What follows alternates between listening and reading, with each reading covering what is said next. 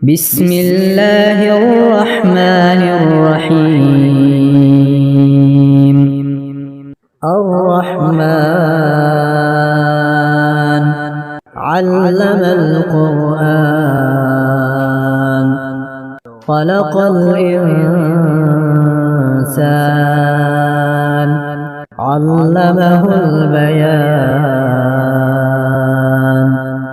الشمس والقمر بحسبان والنجم والشجر يسجدان والسماء رفعها ووضع الميزان ألا تطغوا في الميزان وأقيموا الوزن بالقسط ولا تخسروا الميزان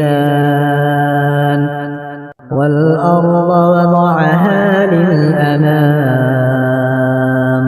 فيها فاكهة والنخل ذات الأكمام والحب ذو العصف والريحان. فبأي آلاء ربكما تكذبان؟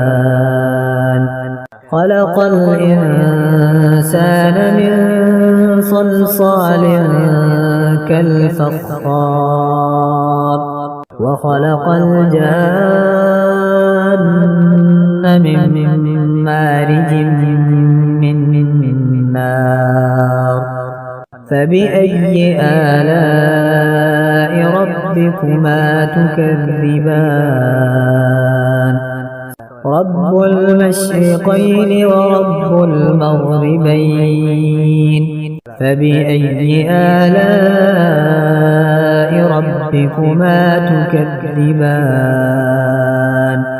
إن استطعتم أن تنفذوا من أقطار السماوات والأرض فانفذوا لا تنفذون إلا بسلطان.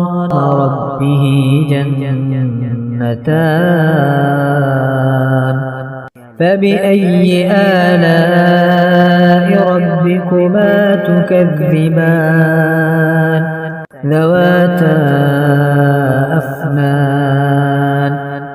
فبأي آلاء ربكما تكذبان؟ فيهما عينان تجريان. فبأي آلاء ربكما تكذبان؟ كأنهن الياقوت والمرجان. فبأي آلاء ربكما تكذبان؟ هل جزاء الإحسان إلا الإحسان؟ فبأي آلاء ربكما تكذبان؟ فبأي آلاء ربكما تكذبان؟